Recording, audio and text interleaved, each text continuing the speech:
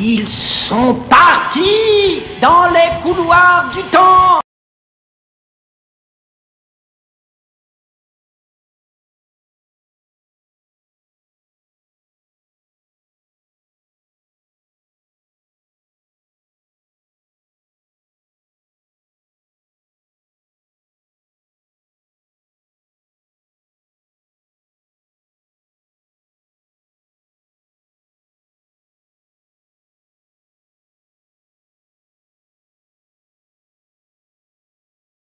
Et salut les amis, c'est toujours moi qui fais le début d'intro, t'as remarqué.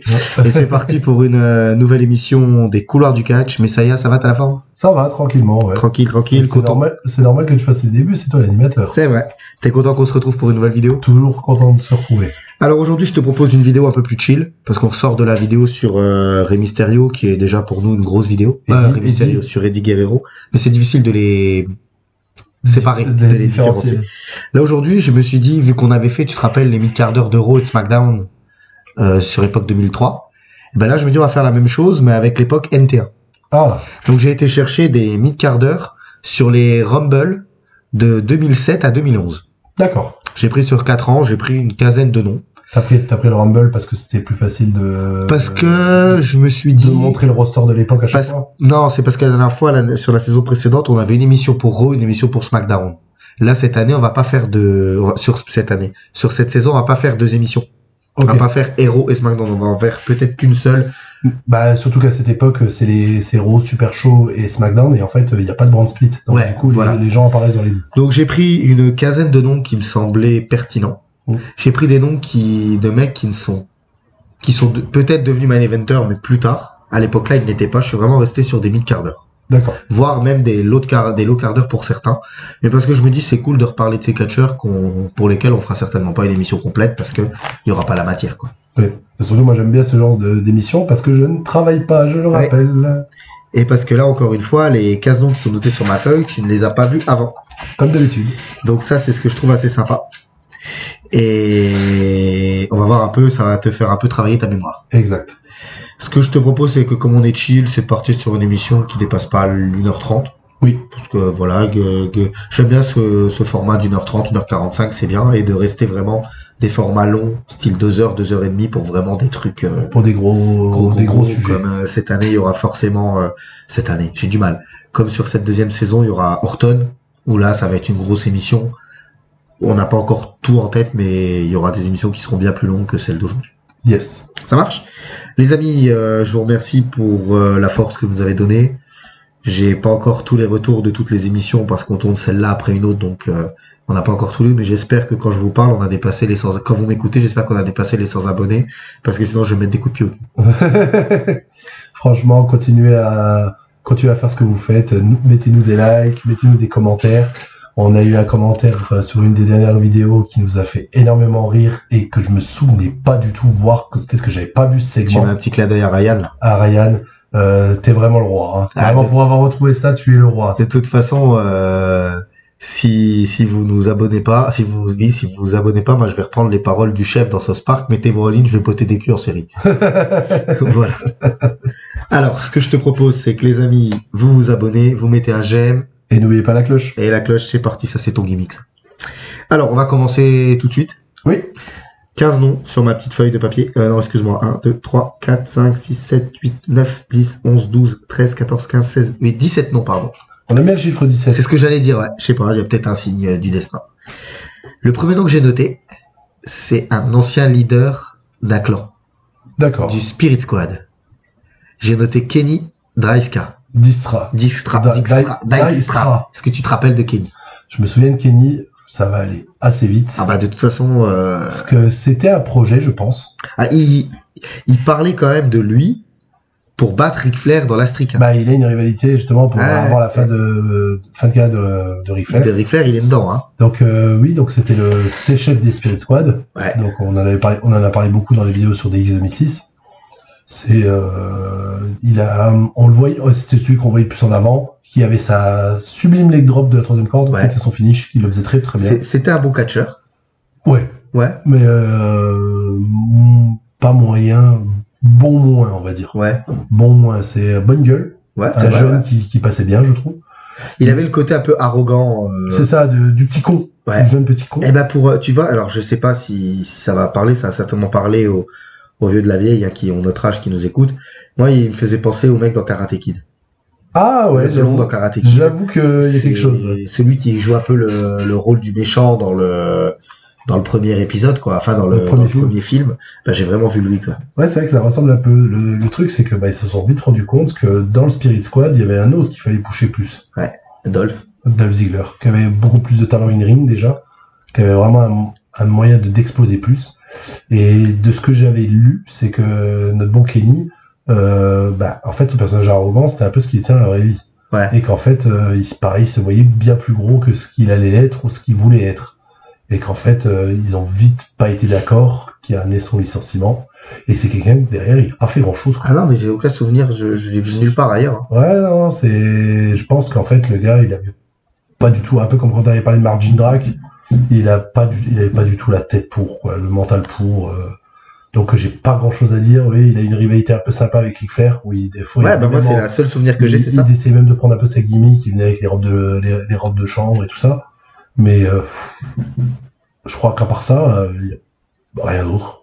Et je sais que je l'avais entendu un peu dans quelques interviews parce qu'il parlait de temps en temps que la WWE était pas contre l'idée de faire revenir le Spirit Squad pour quelques segments, pour des... Et je sais que j'avais entendu parler à ce moment-là, mais c'est tout, quoi. C'est tout, ouais. C'est vraiment pas quelqu'un, au final, il est pas marquant du tout. Pour le premier nom, j'ai commencé tranquillou. Je me suis dit, je vais te sortir un nom, parce que je n'arrive pas à retrouver mes petits numéros, tu sais, que j'avais fait avant. Parce que les saletés de chat avaient pissé partout. Donc du coup, on va faire plutôt comme ça, avec la liste de noms que j'ai mis. Ça marche? On continue là. On est sur un nom un peu plus aujourd'hui qui est toujours là. C'est un nom qui était très marquant, mais pas à cette époque. À cette époque, on y croyait, c'était Kofi Kingston. Ah par contre, oui, il y a quand même pas mal de choses à dire. Alors par contre, je veux vraiment que tu t'arrêtes. Avant le New Day, quoi. Ouais, voilà. Ah oui, on est vraiment sur avant le New Day. C'est ça, bien avant le New Day. Si je me suis arrêté au Royal Rumble de 2011, tu peux dépasser dans la carrière des catcheurs, hein, si t'as des choses à dire sur eux. Non, là, je vais parler de Kofi Kingston bien avant le New Day. Ouais. Alors, donc, attends, juste pendant que tu parles, excusez-moi les amis, je vais faire un peu de bruit, je vais changer de chaise parce que ça me saoule les grincements. Je te laisse reprendre. Donc, notre bon ami Kofi Kingston, il commence je l'avais déjà dit dans une ancienne vidéo, il commence à la ECW, ouais. Donc, période 2008-2009, plus même 2009. Je l'ai trouvé dans le Royal Rumble 2008. Donc il commence déjà en 2008. Ouais. Ou 2008-2009. Donc son personnage, son premier personnage, c'est d'être un Jamaïcain. Ouais. Alors qu'il n'est pas Jamaïcain, non, il est Ghanéen. Ghanéen.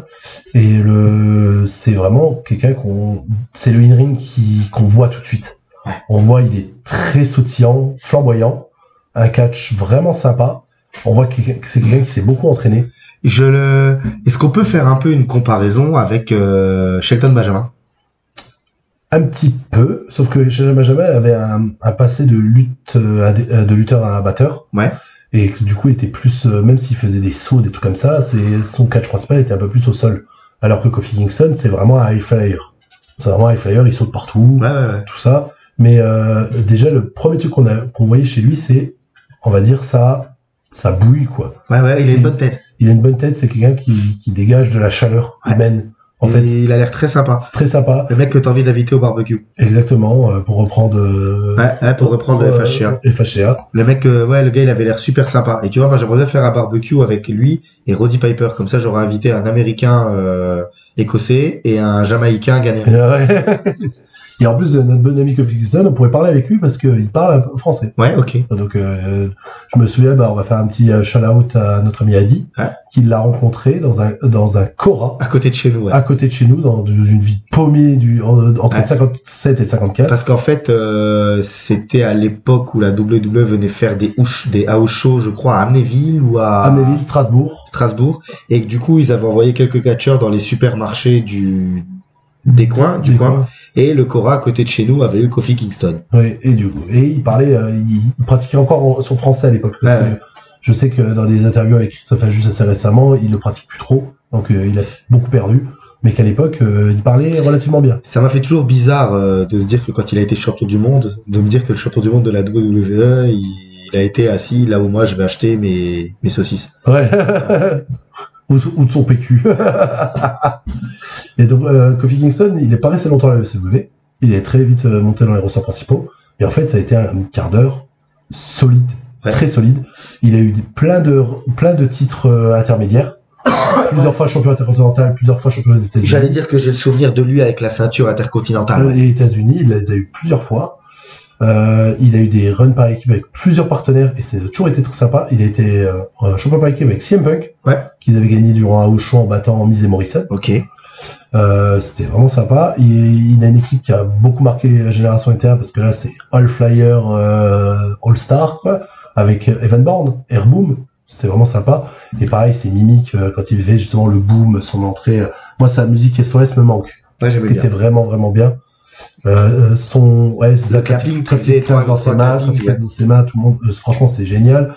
Sa prise de finition est terrible. Le Trouble in Paradise est l'un des meilleurs coups de pied du business, franchement. Des prises assez innovantes comme le SOS justement. Plein de choses.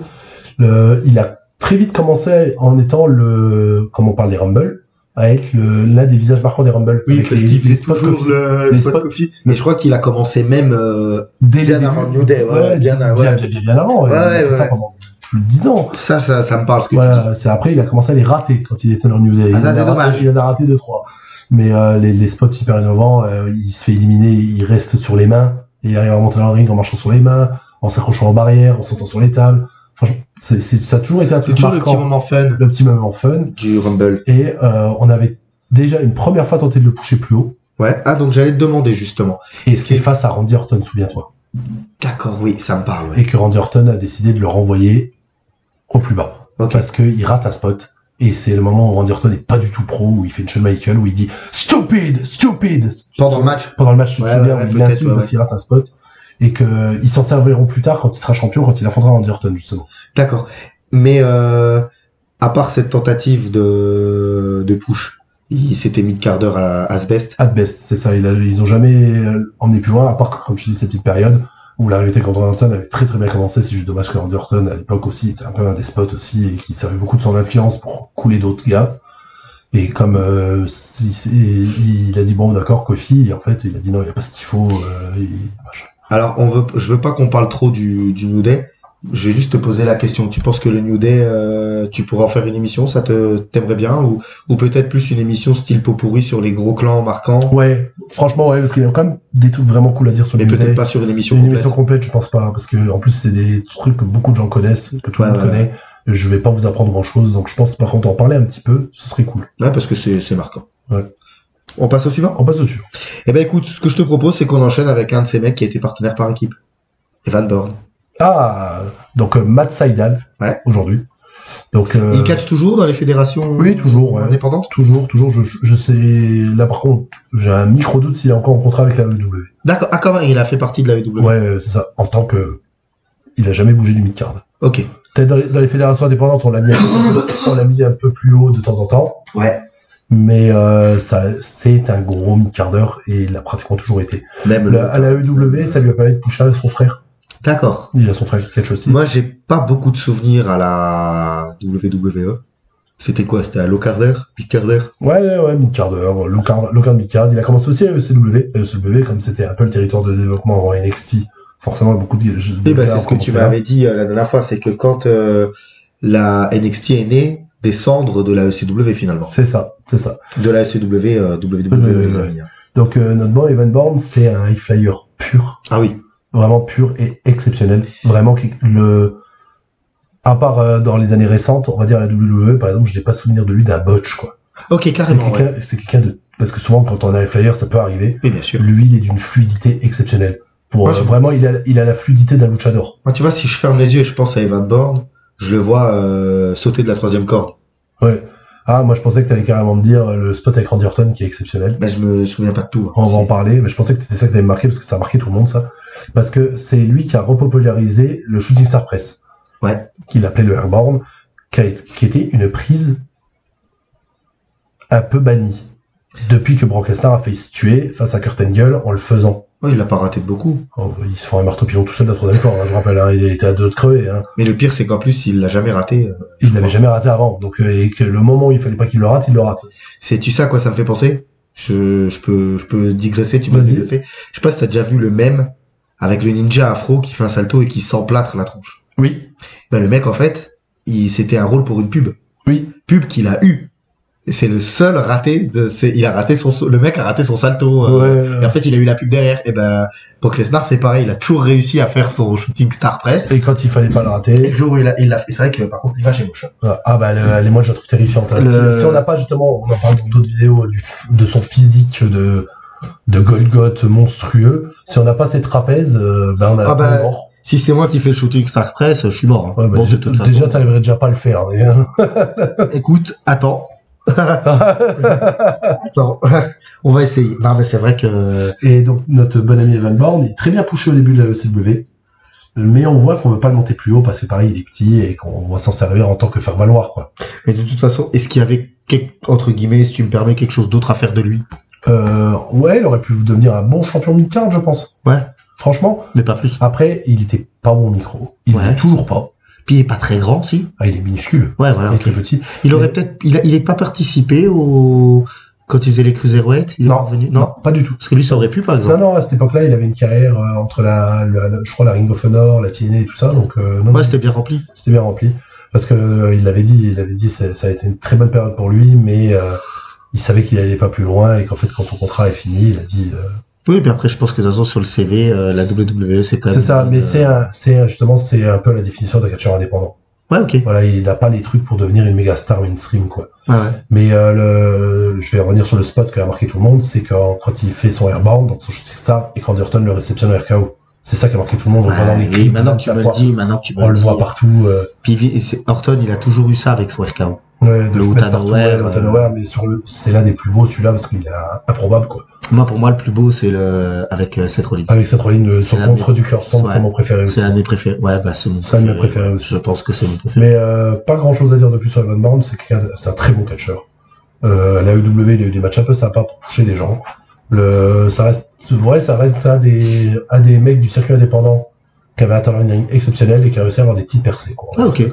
Alors là, on est d'accord, hein, pour cette vidéo aujourd'hui, j'ai choisi que des mid-carders. Je sais pas si je l'ai dit tout à l'heure. Si, tu l'as dit. Je le redis, on est d'accord que là, il y aura pas de John Cena, d'Undertaker. Non. Voilà. C'est un peu pour faire revivre votre mémoire à vous aussi, chers amis qui nous écoutez. Le prochain, je vais choisir un mec qui est devenu main eventer peu de temps après, mais que c'était un sacré gros flop. C'est The Miz. Ah. Alors là, je pense que The Miz... Bah, en fait, The Miz, c'est un flop sans être un flop parce qu'il est toujours là. Non, mais je parle... Il est toujours important. Quand ils l'ont mis... Bah, en fait, c'est plus les conditions qu'il y avait autour.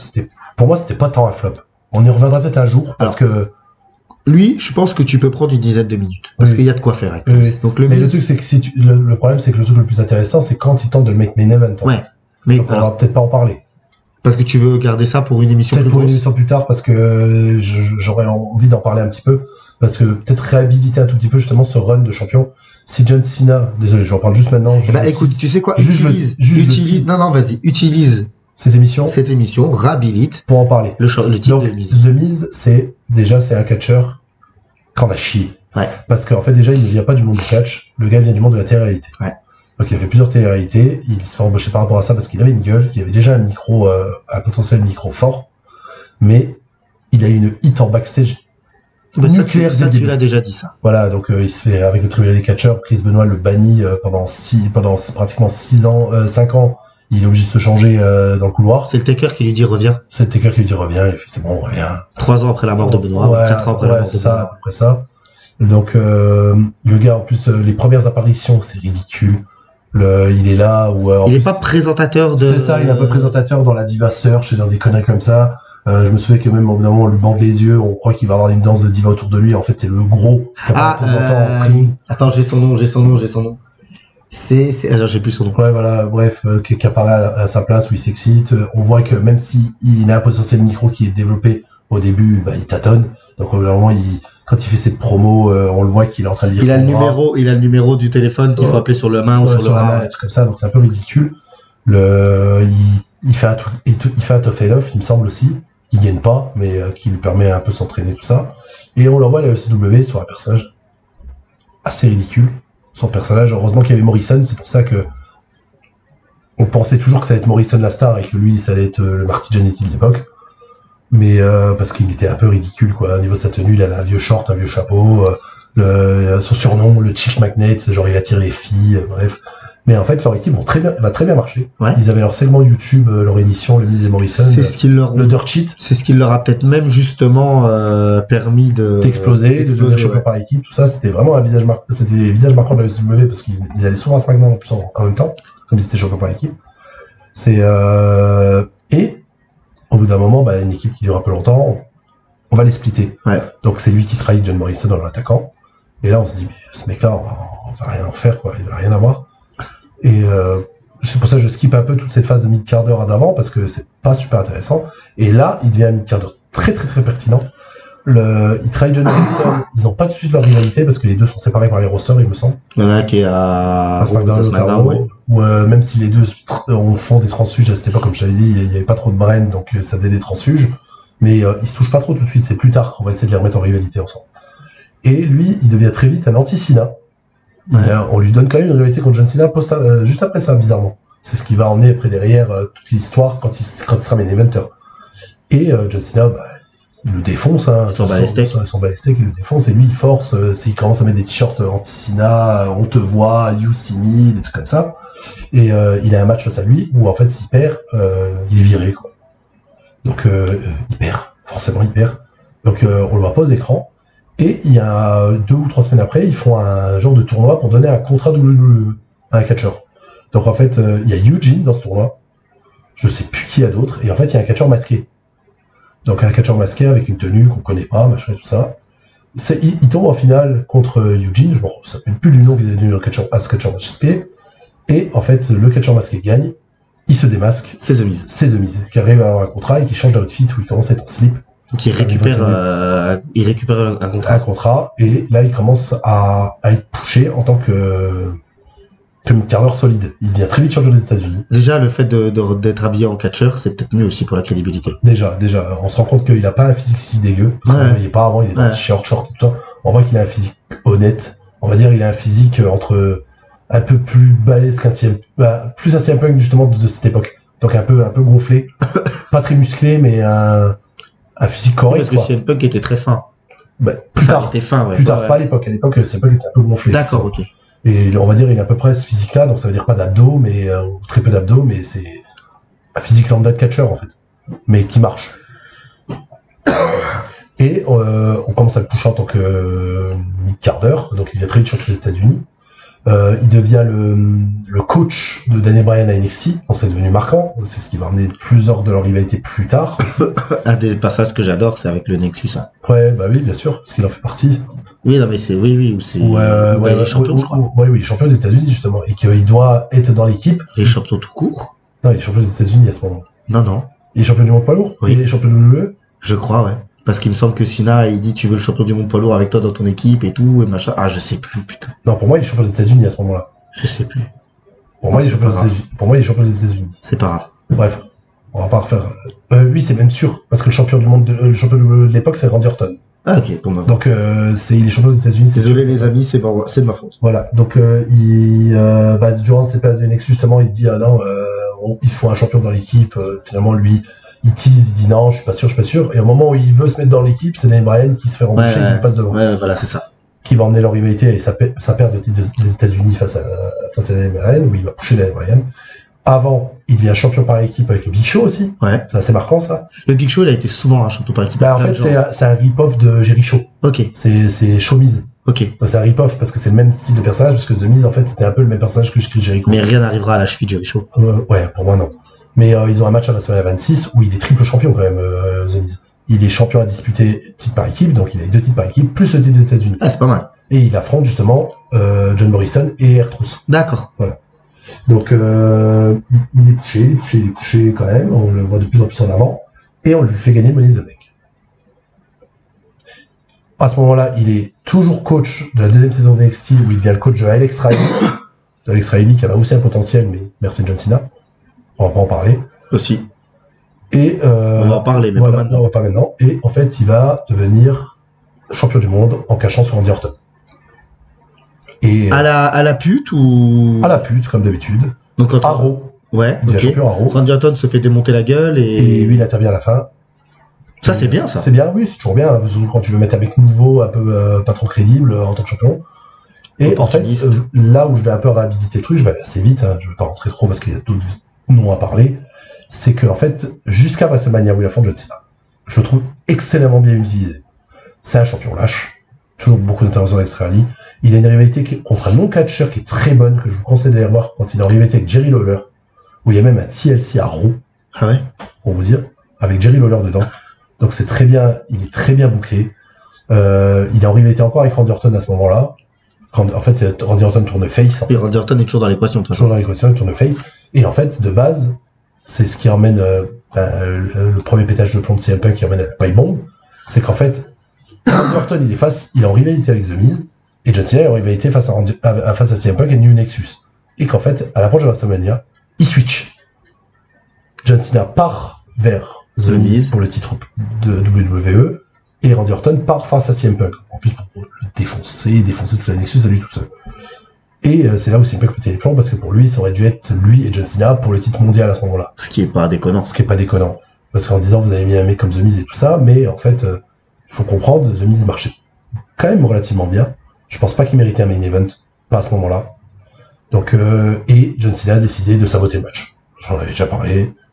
WrestleMania 27, c'est un des pires WrestleMania. Il lui fait rien du tout, ouais. Il en a rien à foutre. Et en plus, ce match finit en c'est le WrestleMania où il y a The Rock et le host. Ok. Et en fait, ce match-là a juste servi à John Cena face sur The Rock, parce que le match finit en no contest, à l'extérieur du ring, dès la première fois. Il a pas une commotion. The Miz s'éclate la tête en plus. Donc, en plus, il a une commotion, donc il comprend rien à ce qui se passe à la fin. Et en fait, The Rock, il dit non, on peut pas faire un event comme ça sur un no contest. On restart le match restart, et en fait, The Rock, il couche John Cena. Ouais, et en fait, The Miz garde le titre, mais en plus, je crois qu'il se fait coucher par The Rock derrière, quoi. Donc en fait, il sort faible. Il continue sa rivalité avec John Cena, il perd vite le titre dans un match en cage entre John Morrison, John Cena et The Miz. Mais il fallait lui faire perdre le titre. Il fallait. En fait, le run était bien, mais je pense que si un peu avec le Nexus, on aurait peut-être dû récupérer le titre durant cette période. En fait, lui donner le titre, mais en fait, The Miz, ça reste un mid-card. Ils vont lui redonner bien plus tard durant l'époque du Covid pour le remercier, pour qu'il soit Grand Slam champion. Il a une semaine ou 15 jours. Ouais, c'est ça, pour qu'il soit Grand Slam champion. Il me semble, entre le Rumble et WrestleMania. C'est ça, c'est entre le titre de McIntyre et que Kobayashi le récupère, en fait. Ouais, voilà, c'est ça. Mais maintenant, de toute façon, c'est quoi? Il a le statut de... Intouchable, il a le statut il fait partie des meubles maintenant. Ouais, j'allais pas dire légende, entre guillemets. Même si je pense que le jour où il arrêtera sa carrière, il se considérera comme une légende par rapport à sa longévité et puis par rapport c'est ça, parce qu'il a une longévité de ouf. Il y a eu très peu de moments où il s'est réinventé, où c'était vraiment intéressant. C'est ça qui est dommage. Moi, je sais qu'il y a j'ai bien aimé une rivalité à un moment avec The Fiend, qui est pas mauvaise. Je m'en souviens même pas. Où il joue bien le Fiend, le rentre chez lui, il joue bien la peur et tout. Ouais, moi je m'en souviens pas trop. Ils avaient tenté une première fois de tourner face aussi, ça avait pas marché. Sa petite rivalité avec Danny Bryan plus tard, c'était quand même cool. Même si en fait, il délivre pas assez dans le ring. En fait, c'est ça le mise, c'est que niveau in-ring, il est moyen. Il a toujours été moyen. On est en dessous d'un Kofi Kingston que tu parlais tout à l'heure. Bien en dessous. Par contre, ce qu'ils avaient bien aimé quand il a mis champion du monde, c'est que par contre, pour les relations publiques, il est exceptionnel. Oui, il parle bien. C'est pour ça que maintenant, c'est une égérie WWE. Ouais, parce qu'il parle bien. Parce qu'on peut l'envoyer partout dans les émissions et qu'il sera crédible et tout. Mais c'est vrai qu'avec le costard et tout, il passe bien. Il passe super bien. Il fait vraiment le mec corporate. C'est le visage WWE corporate. Ouais, corporate The Miz. C'est corporate. Ah, c'est pas mal. Vraiment. C'est pas mal. Je suis d'accord avec toi. Et pour moi, son seul truc en tant que mid-carter où je trouve que c'est limite la meilleure rivalité de sa vie, c'est face à Dolph Ziggler quand il est champion intercontinental. Pour moi, je vous conseille d'aller voir toute cette rivalité, elle est vraiment bien. Mais du coup, tu considères que son titre, c'était pas si pourri que ça, quoi. C'était pas si pourri que ça, mais ça a duré trop longtemps. Pas trop longtemps, mais qu'en fait, a posteriori, c'était pas le bon mec. Ok. On va dire pour les relations publiques, oui, mais en tant que champion, non. Même si je dis que c'était bien. Ouais. Mais dans la durée, ça c'était pas utile. Alors, je te propose qu'on continue. Nom suivant. Oui. Attends, je regarde un peu dans mes noms, lequel je peux essayer de te piéger un petit peu, tu sais. Eh ben, si je te propose un mec catcheur, pas vraiment catcheur, de petite taille. Hans Vogel ? Ouais. Oh putain. Il était présent, hein. Il est peut-être beaucoup trop. Trop présent. Trop de temps d'antenne. On en parle sur la vidéo sur Triple H, on en a un tout petit peu parlé avec le tribunal de petite taille aussi. Là. Ah, ça c'était débile. Donc, et j'en parle dans je sais plus quelle vidéo. Tu dis que ton moment préféré de son histoire, c'est quand il prend la chaise. Quand il se prend la poubelle par JBL à WrestleMania 24. En fait, pourquoi la WWE lui a donné autant d'antennes pendant tant d'années? Mais surtout qu'en fait, la mode de mettre en avant des gens de petite taille, c'est un truc des années 80, 70, 80 en fait. Parce que André le Géant affrontait plein de gens de petite taille. Très souvent. Mais en fait, ça a toujours fasciné. Il y en a toujours au Mexique, ça marche très bien. El Torito, El Torito et même d'autres que j'ai pas leur nom, genre c'est Miniman ou un truc comme ça. Ça marche très bien au Mexique parce que ça fait partie de leur culture et tout ça. Aux États-Unis, quand tu fais les storylines, surtout la WWE, ça marche pas. Et moi, franchement, pour moi, ça a détruit le personnage de Finney. Je l'avais déjà dit que ça a duré trop longtemps. La rivalité avec Vince McMahon, on savait même pas où ça allait emmener. Et au final, ça en est parce que je pense que même lui, il savait pas où elle allait. Ouais, voilà. Donc, soit le fils, ça a été le dernier champion light heavyweight quand même. Ouais. C'est triste. Après, il est parti sous le ring avec la ceinture, c'est pas un truc comme ça? Ouais, et le titre, on l'a plus jamais revu. Ouais. Voilà, donc c'est le dernier champion light heavyweight. C'était un personnage extrêmement comique, hein, tous ces segments comiques entre les divas où il mordait les fesses des divas, il était avec le Great Khali. Bref, quand il a fini le personnage d'Irlandais, c'est quand il a commencé, où on se rend compte que c'était peut-être lui le manager général anonyme aussi. Ah putain. C'était nul à chier. Prochaine émission, on fera des fun facts, on en parlera du général manager anonyme. Il y a le tribunal de petite taille où il devient membre de la DX honoraire, c'est nul. Il a sa petite rivalité avec El Torito, ça lui permet de catcher, parce qu'en fait, c'est pas un bon catcheur. Non. En tant que catcheur de petite taille, il n'est pas très bon en dessous. Et je sais, j'ai appris ça dans une vidéo assez récemment, et après on en terminera là, parce que j'ai vraiment pas grand chose à dire. C'est parfait, c'est parfait. Désolé. C'est que ils avaient une storyline marquante qu'ils ont abandonnée, où il devait être chef de clan en tant que mafieux new-yorkais. Oh putain. Je sais plus sur quelle vidéo j'ai vu ça, et en fait ça a été documenté, et que c'était là pour ça qu'il avait, durant l'époque du général manager anonyme, machin, il avait les cheveux longs. Je sais pas si tu te souviens, il avait la barbe, il avait les cheveux longs, et on le voyait ses tatouages et tout ça. Il voulait vraiment le mettre en tant que chef de clan mafieux. Et je sais pas pour pusher qui et tout ça, mais ils avaient vraiment cette idée de le mettre en tant que personnage. Tu te rappelles à peu près l'année ou pas du tout? Bah c'est 2009-2010, durant ces périodes-là. Waouh. Donc après, juste après le personnage d'Horn Struggle en fait. D'accord. Juste après son personnage d'Irlandais, il voulait pusher comme ça. Au moins cette année, il y aurait pas eu, au moins l'année-là, il y aurait pas eu de problème pour la pire storyline de l'année. Storyline de l'année, elle était trouvée. Parce que je sais pas comment ils auraient pu amener ça crédible en fait. Bah c'est ça. Mais ça, je pense puis après, il se retrouve avec un sacré bâton merdeux à trouver comment gérer. Oui, bah oui. Parce que le gars pouvait pas catcher. Donc il aurait pu faire des matchs que comiques en fait, ou que très courts. Si dans les noms que je te donne, il y a des mecs qui après tu te dis je vais en faire une émission complète, ou s'il y a un truc qui te parle, tu me dis. Oui. T'hésites pas, hein. Bon bah petite partie pour Horn Struggle, c'est très bien. Est-ce que tu te rappelles de Mason Ryan? Oui, bien sûr. On en avait parlé un tout petit peu. Et bah j'ai évoqué la nuit Nexus. Donc on va en parler un petit peu, ça va être très court aussi. C'est lui qui avait une tête qui ressemble à Batista. Exactement, bah on l'appelait Green Tista. Green Tista ou Green Batista. T'inquiète pas, après j'ai des noms où tu vas pouvoir faire plus long. C'est Mason Ryan, c'est quelqu'un qui a toujours été green, donc green dans le catch comme on dit, c'est quelqu'un de vert. Donc ça veut dire quelqu'un qui sait pas catcher en fait. Ouais. Il n'a pas les réflexes, il peut être dangereux, en fait c'est quelqu'un qui n'est pas à l'aise du tout. Moi, par contre, je me rappelle physiquement monstrueux. Ah bah, on l'appelait Green Tista, mais en vrai, je me demande s'il est pas plus balèze que Batista. Il était déjà plus grand, je crois, en taille. Ouais, parce que il est immense. Ah, il est immense. Il a fait partie du Nexus. Non, pas du Nexus. Du New Nexus, parce que le Nexus, il est pas dedans. Bah, en fait, il se fait recruter Non, lui, il fait vraiment New Nexus tout court. Parce qu'en fait, après le désastre de la Nexus, avant que CM Punk trahisse Wade Barrett et qu'il devienne leader de la New Nexus, il y avait déjà Mikey Lucetti, Curtis Axel et Bray Wyatt. Et Skiaris. Je voulais le mettre dans les noms là, puis je me suis dit non, il y a rien à dire. Et en fait, ces mecs-là étaient déjà dans le Nexus post John Cena, tout ça.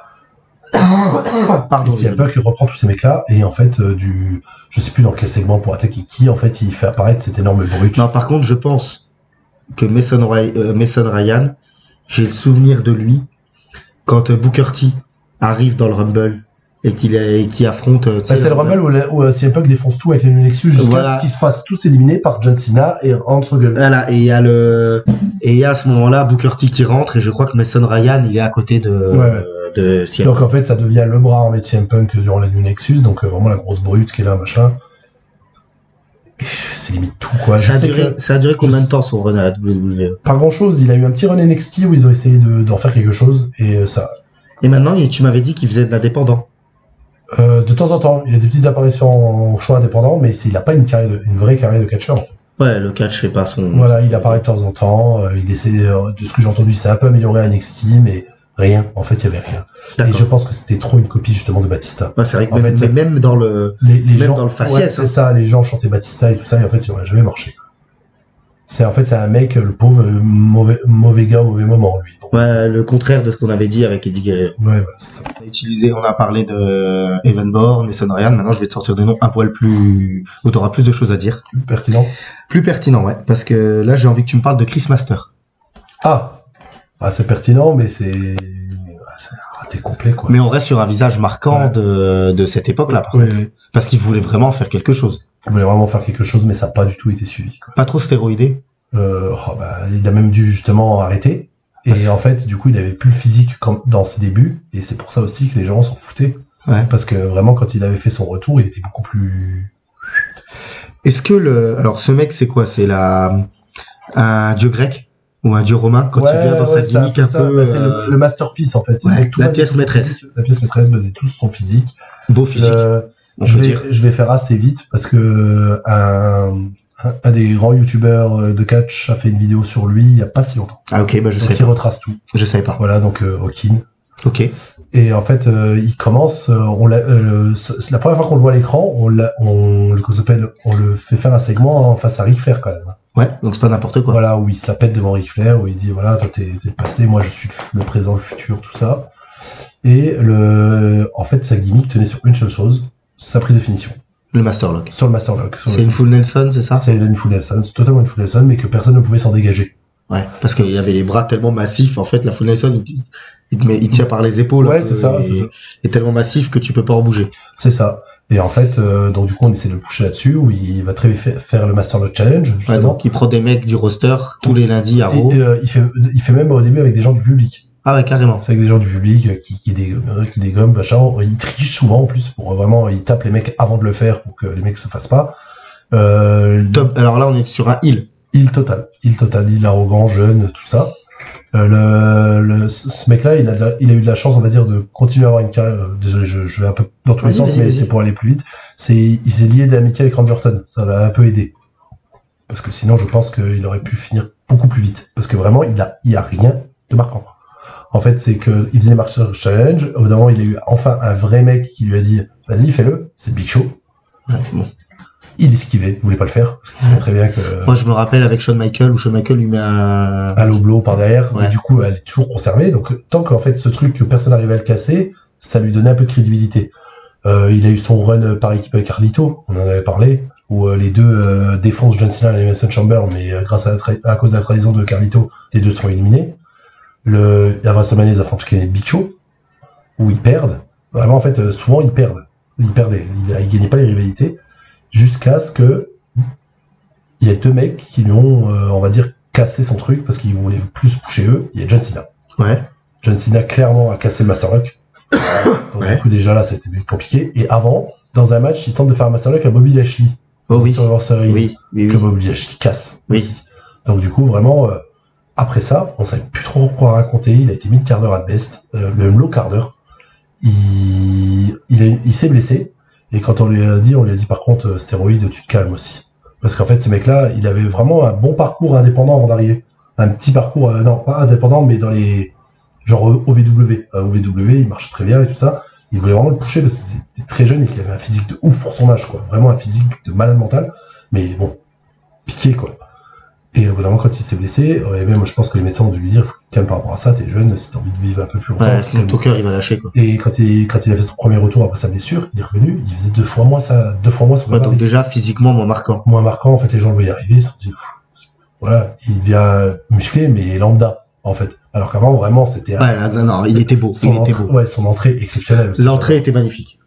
Mais pourquoi ce mec-là a autant marqué l'époque des fans de catch de NT1. Tu imagines qu'on est en 2025, ce matin sur TikTok, j'ai encore vu des gens mettre son entrée en vidéo. Ouais, bah parce que le package était bien. Et il avait un physique de ouf. Il a marqué, puis avec les années, on se rappelle peut-être plus du catcheur, on se rappelle plus du personnage. C'est ça, parce qu'en plus, Simmering, il était un peu limité. Ouais. Ouais, il n'était pas ouf. Et que, en fait, on l'a mis très vite en avant quand même, dans les segments. Et comme j'avais dit, en fait, la gimmick était vraiment bien sur le coup du Master Lock. Mais dès que ça c'était fini, c'était fini, en fait. Ils avaient rien à raconter. C'est vraiment comme beaucoup de catcheurs qui veulent mettre en avant dans les jeunes et tout comme ça, et qu'en fait, ils se rendent compte qu'ils ont rien de créatif. Donc, du coup, il est spicé, quoi. Il est même revenu même bien plus tard, il est revenu aux alentours des 2010, 2014, un truc comme ça, dans ces années-là, pour rien faire. Où il va apparaître 2 fois à Raw et à SmackDown, perdre, et c'est tout. Et il a eu 2-3 matchs intéressants, il a réussi à se construire un peu en indépendant. Et il a quand même continué un peu après. Un petit peu, ouais, où il servait justement sa WWE et tout ça. Il revient, ça n'a pas marché, et encore maintenant, je crois que je suis même pas sûr qu'il catch encore, pour te dire. Parce que tu vois, je vais te dire que si aujourd'hui, tu prends des gens qui sont fans de catch, mais qui ont un peu abandonné, que tu leur parles de l'époque NT1, il y en a tu vas avoir le droit à Umaga, ouais. Tu vas avoir le droit à Carlito, et tu vas avoir le droit à Chris Master. C'était quand même des mid-carders marquants, parce qu'ils avaient des vrais gimmicks. Ouais. Des personnages un peu larger than life, comme je dis souvent, mais mis en avant. Mais en fait, quand on regarde dans la globalité, le gars, on lui a rien donné. Ouais. Il y avait rien à donner. Oui, c'est ce que j'allais dire. On lui a rien donné, puis il y avait rien à prendre. Parce que je rappelle qu'on est dans l'époque de John Cena, c'était compliqué et tout ça, quoi. Oui, parce que de toute façon, il serait toujours resté en dessous de John. Oui, bien sûr. Et le mec là, je sais même pas s'ils y réfléchissaient à le faire un jour main eventer. Je pense même pas. Ouais. Non, bah c'est bien. Je suis content qu'on en ait parlé parce qu'au moins on n'aura plus besoin d'en reparler, quoi. Voilà, c'est fait. Et maintenant, si le dernier truc. Vas-y. Il y a un catcheur en plus qui avait déjà cassé son Master Lock à l'époque quand on tentait de le pusher, et qu'en fait qui a fait qu'on l'oublie totalement. Et même tu dis là, t'as réussi à avoir des entrées, mais le Master Lock, quand on voit cette prise, on pense plus à ça maintenant. Non, on pense à qui? On pense au Hurt Lock, on pense à Bobby Lashley. Ouais, c'est vrai. Bobby Lashley qui a réussi à remettre en avant cette prise assez simple, mais Bobby Lashley niveau physique. Mais un jour, Bobby Lashley, il faut que je trouve un moyen de t'en faire parler. Ouais. Alors, une émission complète sur lui, c'est pas possible. Mais trouver certainement des trucs à dire. En fait, c'est surtout dans les années récentes qu'il y en a parlé, parce que vraiment, je vais en parler vite fait, tiens. Bobby Lashley, sur la période, pour moi, c'est avec Drew McIntyre, c'est le héros du Covid. Et quand on a enfin décidé de le mettre, parce que ça galérait, hein, on a réussi à le mettre champion du monde, mine de rien. Merci MVP. Merci son run TNA qui était génial aussi à Bobby Lashley, faut pas l'oublier, où le mec était capable de switcher entre le MMA et le catch. C'est un des seuls mecs qui arrivait à vraiment le faire de manière concile les deux. Mais ils y avaient cru la première fois, la WWE. Ils y ont cru, et en fait, je sais jamais comment ça... Alors moi, on sait pas pourquoi ça s'est fini. Moi, j'ai entendu une histoire, comme quoi, je sais pas si c'est vrai, il était en couple avec une catcheuse, je sais plus laquelle. Et quand on l'a viré, il voulait partir? Et quand en fait, non, il voulait être dans le même roster. Je crois, alors là, c'est ce que je me rappelle de l'époque. Hein. Et qu'en fait, ils ont pas voulu les mettre ensemble dans le même roster, et que du coup, lui a dit, bah, puisque c'est comme ça, je me casse. Et surtout qu'il avait d'autres projets, comme j'ai dit, il a vite été partir en MMA. Et vraiment, quand il est revenu, ça a été laborieux. Hein. Souviens-toi des sœurs de Sami Zayn et tout ça. Son push, il a mis du temps. Hein. À perdre contre le démon à WrestleMania. La rivalité avec Rusev. La rivalité horrible avec Rusev et Lana. Laisse tomber. Bobby Chou, comme Bobby Chou, comme Sturie, ouais. Et quand ils l'ont mis champion du monde en faisant leur business exceptionnel, où ils décident de pas venir en short, mais de se mettre à tight, ce qui faisait que le haut du corps, on le ressortait encore plus. Earth Business, qui est un de mes regrets, moi. Je trouve qu'ils l'ont cassé trop vite, le truc. Pour moi aussi. Et voilà, EW, ils sortent dessus. Ouais, bah oui. Voilà. Mais parce qu'il y a le mec, qu'on aime ou qu'on n'aime pas, Bobby Lashley, il a du pognon à faire. Ah bah oui. Non mais surtout que le mec, il se rapproche des 50 piges et que son physique, il a pas bougé. Ouais, mais ça, c'est les Afro-Américains, c'est un truc de malade. Au niveau du physique, ouais. Parce que là, je t'ai mis un autre nom.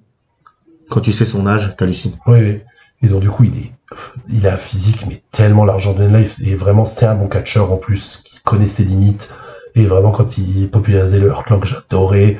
En tant que champion du WWE, sa rivalité avec Goldberg, moi, j'aime bien. Hein. Oui. Fallait que tu parles de Goldberg. Ce match en Arabie Saoudite, c'est peut-être l'un des meilleurs matchs qu'il y a eu en Arabie Saoudite, quoi. Autre quand on enlève les grosses Seth Rollins, les Oui, vrais quand on parle des part-timers qui viennent dans le mais des part-timers qui viennent à... Quand tu dis qu'on a eu Goldberg, Undertaker ou les deux ont failli mourir. Quand on a eu la DX contre non, il n'y a pas eu la DX contre n'existe pas. Mais quand tu dis le Goldberg, quand il y a eu les deux chauves contre Brothers of Destruction, ouais, voilà, non, je sais pas ce qui s'est passé. Non, mais quand il y a eu Goldberg face à Bobby, c'était déjà une rivalité qui était emmenée très divertissant et puis c'était pas mal, quoi. Ce que j'ai beaucoup aimé, c'est avant la fin de son run, c'est que il a été affilié à Brock Lesnar, il a eu une des rivalités contre Brock Lesnar et c'est ce qu'il fallait faire aussi. Bien sûr. Et vraiment, il était crédible dans tout. Ouais, et non, mais son surnom qu'ils lui ont trouvé, le Almighty, le tout puissant, lui a tellement bien. Est-ce que c'est un raté de la WWE? Bobby Lashley? Ouais. Oui. Ouais. Tu penses qu'il y avait largement mieux à faire? Ils auraient pu continuer, ouais, pour moi. Ouais, c'est vrai. On y reviendra plus tard. Mais là, tu parles de récemment. Ouais, pour moi, ils auraient pas dû, quand ils ont tenté avec les Street Profits, ça avait pas marché, et que derrière, le mec a décidé de se barrer, parce qu'en fait, niveau créatif, ça lui plaisait pas non plus. Moi, je me rappelle que quand il vient à WrestleMania où il a pas de match. Je rappelle que de base, on parle de Chris Master, mais mais Chris Master, c'est fini, là, on parle de Bobby Lashley. Quand il est rentré, à un moment, il rentre à un WrestleMania, juste il fait son entrée. Bah, c'est avant qu'il parte. Et en fait, ça amène à rien, mais les gens sont contents de le voir. Bah oui, parce qu'en fait, il lui donne, le gars, normalement, il devait affronter Bray Wyatt, mais avec les soucis de santé de Bray Wyatt, ça a pas pu passer. Et en fait, on lui donne la bataille royale d'André le Géant la veille à SmackDown, et en fait, il a pas de show, il a pas de match à WrestleMania. Alors que le gars, il avait fait 2 années de ouf. Donc c'est dégueulasse pour moi. Et derrière, ils ont voulu tenter de faire un truc avec lui, les Street Profits, en faisant de nouveau un Earth Business, mais sans MVP. L'idée était bien, mais sauf qu'en fait, les gens, ils avaient pas envie de les huer. Il avait besoin d'MVP. Et surtout, ils avaient pas envie de les huer. Ouais. Et donc, du coup, ça a pas marché. C'est dommage. Non, j'ai bien aimé ce petit aparté sur... Moi, Bobby Lashley, je pense que vraiment, au niveau des physiques de big guy comme ça, je pense que c'est un des mecs les plus sous-estimés. Bah, moi, tu vois, ce qui est dommage avec lui, c'est qu'après, bon, il y a eu ces histoires de départ, je parle de son premier départ, hein. Et quand même, faut se dire que sur certains DVD que j'ai encore aujourd'hui de ces années-là, 2005, 2006, 2007, sur certains DVD, c'est lui qui est sur la jaquette. Mais je rappelle que il est dans le match des millionnaires, ouais. Donc dans un match où il y a Donald Trump, Vince McMahon, Steve Austin, milliardaire, pardon, il est dedans. Quand il est champion de CW, il a en rivalité contre Vince McMahon. Donc en fait, c'est vraiment, ils y croyaient. Ouais, c'est ça. Et c'est normal quand on voit son physique. Puis en plus, il avait une tête de mec sympa. Et il savait catcher. Il était, franchement, pour un big guy, c'est un des big guys qui se mouvoie le mieux, je dirais. Il manquait un poil de muscle. un petit poil, je trouve un peu fin quand même. Alors je dis ça juste, je digresse une dernière fois parce qu'en fait dans un des DVD que j'ai où t'as Philippe Chéreau et Christophe Ajus qui commentent, quand il rentre, t'as Christophe Ajus qui dit juste qu'il se faut en muscle. Et Philippe Chéreau qui dit non, ça va, il y en a pas trop là. Non, il y en a pas donc trop. Voilà, c'est plus pour ça que je disais ça, pour la blague. Non, le mec, il était bon. Et vraiment, moi je vous conseille d'aller voir des parties de son run TNA qui est très bon aussi.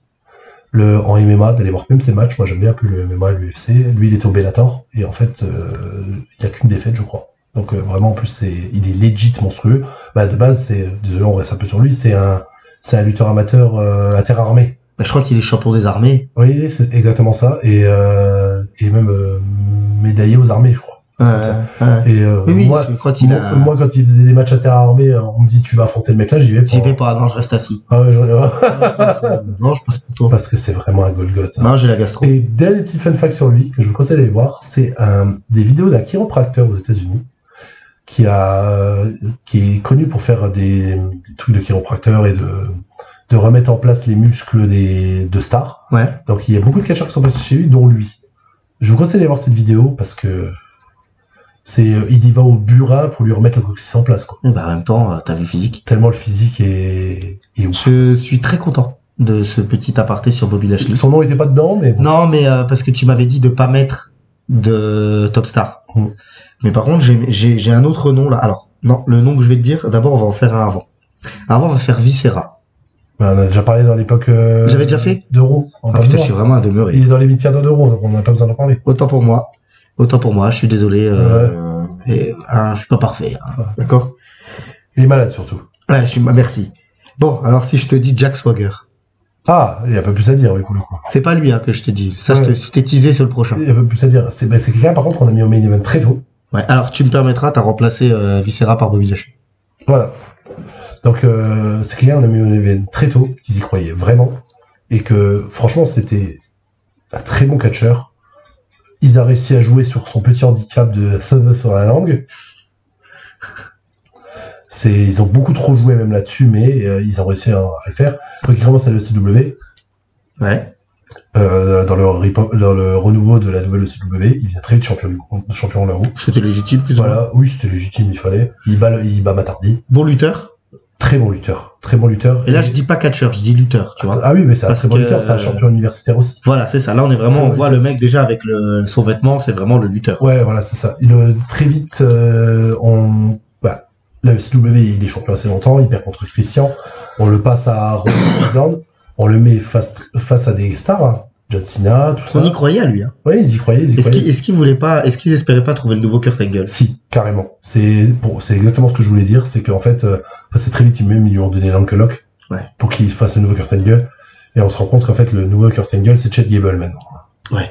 Alors, dans le physique et dans l'acting, dans l'attitude et tout, c'est Chad Gable. avec un poil de moins de charisme. Ouais. Ah bah oui. Parce que dans le visage, Kurt Angle, de toute façon charismatique. Le total package. Ouais, total. Et en fait, notre bon Jack Swagger, franchement, il y avait plein de potentiel à faire, mais je pense que déjà de l'avoir mis champion du monde poids lourd aussitôt, c'était une erreur.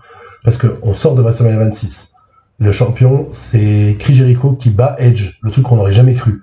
Parce que je rappelle que tout le monde était persuadé que Edge, avec le retour du Rumble, et avec cette gimmick un peu chiante de Spear.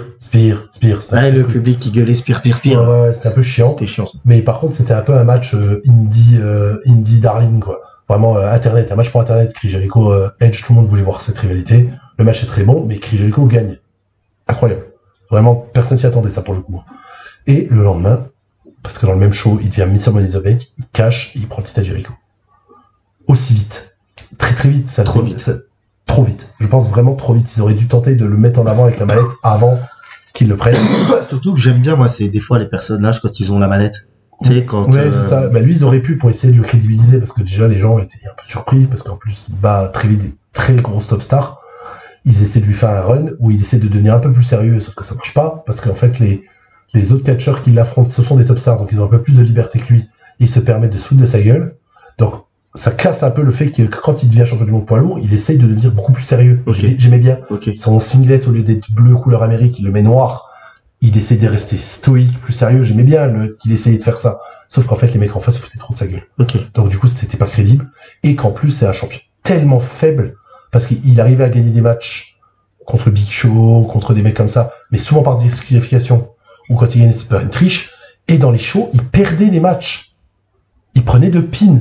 Le mec, vous voulez le mettre en tant que champion du monde poids lourd en avant. Et vous le faites pas tout le temps. Vous le faites pas tout le temps. Donc, on voit que le mec n'est pas main eventer. Ouais. On le voit le mec juste que c'est un gars qui a eu de la chance. Ouais. Et au final, lui, il perd son titre face à Rey Mysterio. Moi, il y a aussi l'histoire que tu racontes où c'est après.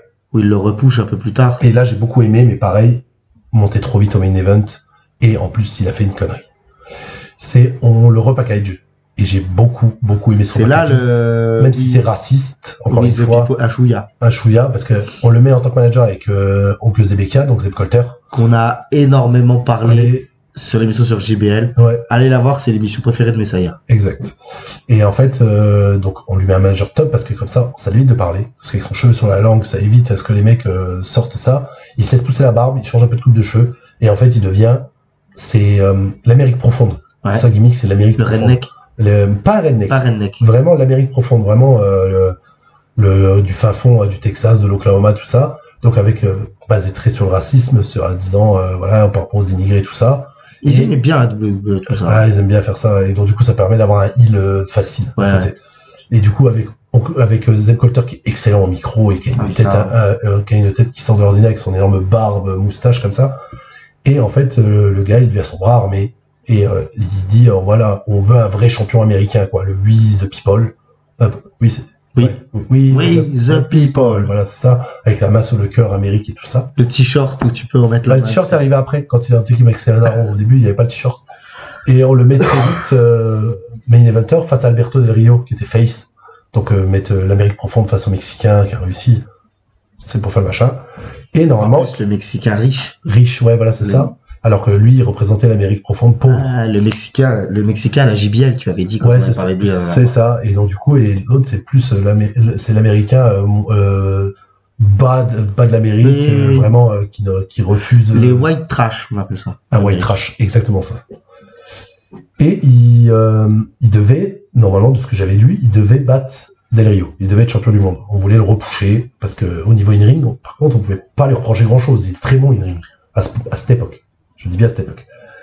Et il se fait gauler avec de la drogue ou de l'alcool en volant. Alors, il me semble que vu notre chanson qu'on a chantée quand on était plus jeune, Ouais. c'était en état d'ébriété. En état d'ébriété, voilà. Parce qu'on avait une petite chanson, Ziggler, si t'es... Swagger, si t'es champion, reprends un coup de bourbon. voilà, un coup de bonbon. Il Voilà. me semble que c'est Et là. du coup, ça lui casse son push total. Ouais. Parce que là, ils se disent, ah non, mais c'est pas possible, on veut te repousser, tu reviens de blessure, on te fait un nouveau personnage, et... Ça marche et tu te torches la Ouais, gueule. parce que ça marchait, hein, par contre. Hein. Et ça s'est trouvé, il s'est fait arrêter, je crois. C'est ça, donc du coup, il perd contre Del Rio à Mania. Et derrière, la rivalité est plus ou moins finie, en plus. C'est vraiment, il n'y a pas trop de suivi. Derrière, du coup, il redevient Nick Carter. On le met avec Cesaro, où ils font les vrais Américains. Alors qu'il y en a un, il est suisse. On n'est plus à ça près. Voilà, on n'est plus à ça près, voilà. Donc, ça marchait bien. Et en fait, ça a amené au push de Cesaro. À l'explosion de Cesaro. Enfin, l'explosion, tu vas peut-être un peu fort, non, dans le mot. Le push.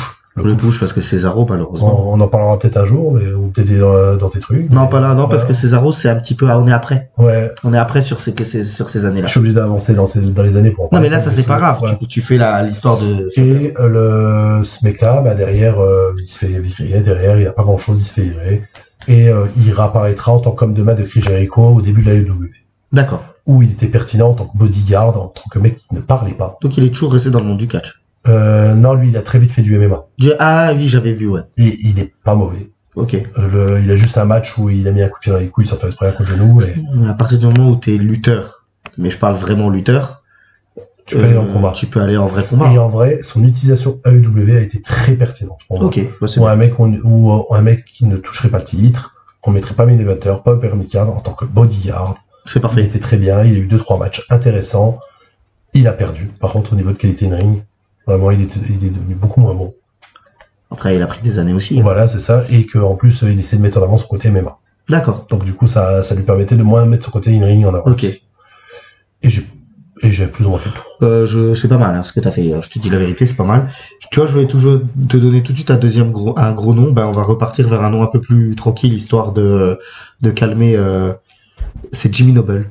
Ah, Jimmy Noble. Mais Jimmy Noble, j'ai beaucoup à dire. Malheureusement. Non, mais quand je me dis un gros nom, je me comprends. C'est l'un des visages déjà marquants de l'époque Light Heavyweight. Ouais. Donc là, c'est même avant la génération NT1. Donc c'est vraiment un excellent catcheur, lui, par contre. Vraiment, il a été l'un des derniers gros bons catcheurs de la WCW, en tant que dans les poids légers. Ah, WCW. Ah oui, il a le Sa carrière elle est aussi longue que ça. Ah oui, Jimmy Noble, ça a dû gagner. Hein. Donc du coup, il était très bon à l'époque WCW. Il a même une gimmick un peu genre asiatique, je sais plus le nom, c'est les Dragons.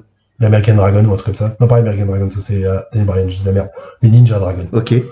À la WWE, j'aimais beaucoup sa première gimmick, une de ses premières gimmicks qui me faisait pisser de rire, qui est dans un des DVD de SmackDown, où c'est un gros redneck avec sa copine dégueulasse. Oui. Tu te souviens, le jean, le débardeur blanc. Nadia, ouais. Ça va pas lui, il était souvent torse nu. Oui, mais dans les... Oui, il était un peu habillé comme Jimmy Wang. Voilà, et dans les segments backstage ou vidéos qu'il faisait, il avait le débardeur blanc. Avec sa copine dégueulasse, là où les deux c'est des gros rednecks qui ont réussi à gagner de l'argent, je sais plus comment. Et en fait, ça faisait des segments très rigolos, mais tu me parles, ça me parle. Mais très dégueux. Mais dans les rings, par contre, il a toujours des livres de ouf. Lui aussi, high flyer.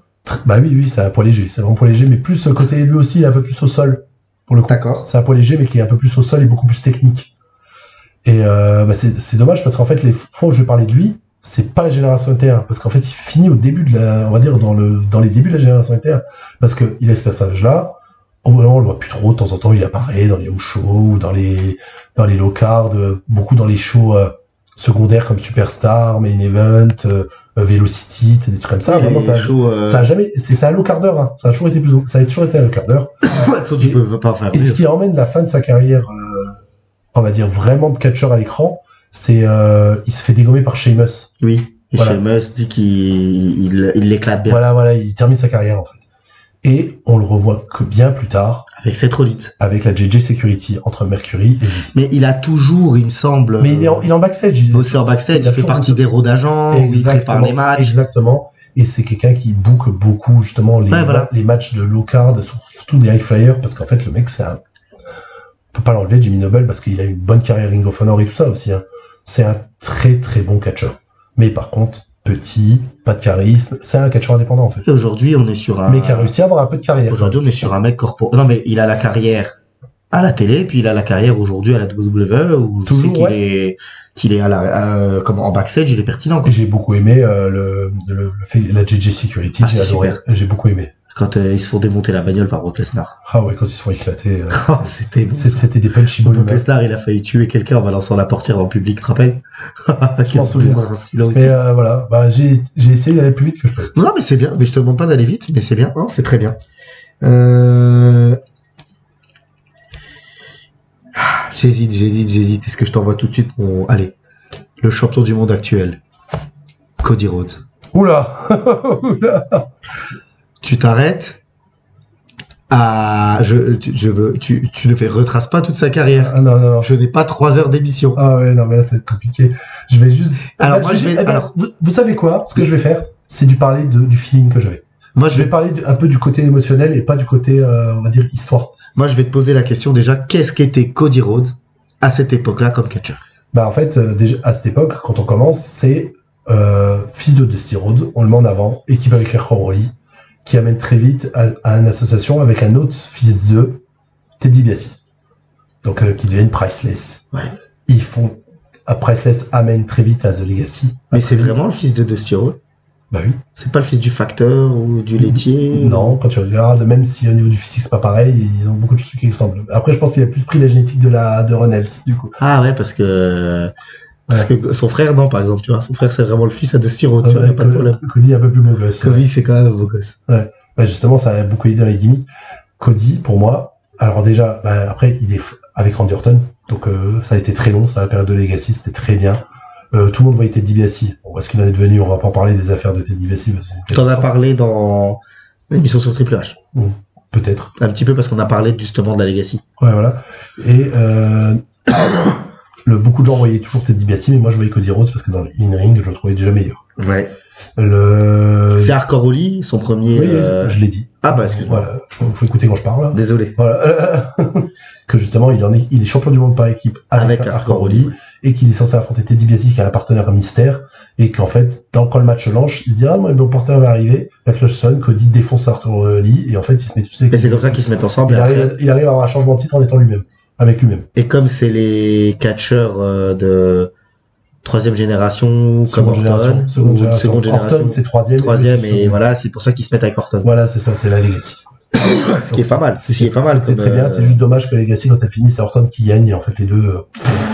Ouais. Sauf qu'en fait, on se rend compte que Cody Rhodes, niveau créatif, il est exceptionnel. Parce qu'il a enchaîné des gimmicks. On va parler un peu de gimmicks, et c'est pour ça que je voulais te parler du feeling.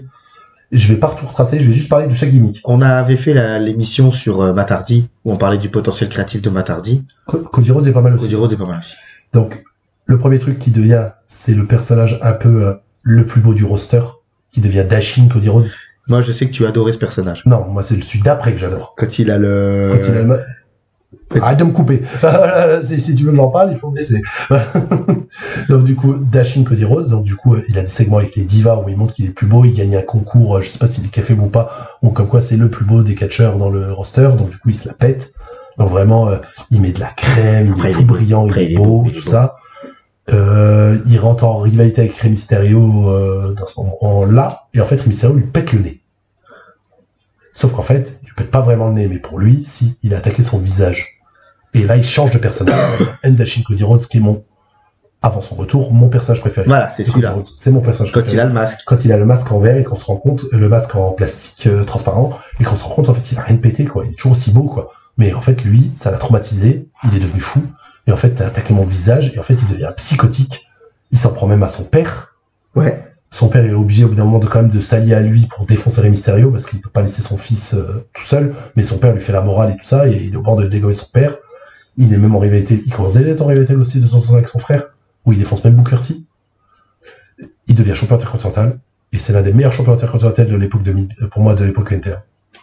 Et j'adore le fait qu'il met des sachets sur en plastique. C'est ce que j'allais te demander. Il dit moi j'ai été défiguré, mon visage a été donné par Dieu, je suis défiguré, mais par contre vous êtes les moches du public, et il met des sacs en plastique. Il cache les moches avec un sac. Avec des sacs en papier sur le tas. Ouais, ça c'est beau ça. Il le fait avec Teddy Biassi aussi, il est temps de repoucher Teddy Biassi dans cette gimmick-là. Vraiment, j'ai adoré. C'est un des meilleurs matchs de WrestleMania 27 qui est très mauvais, où justement il bat Rey Mysterio. C'est le seul match, c'est l'un des rares matchs à sauver du show. Un des rares matchs à sauver du show.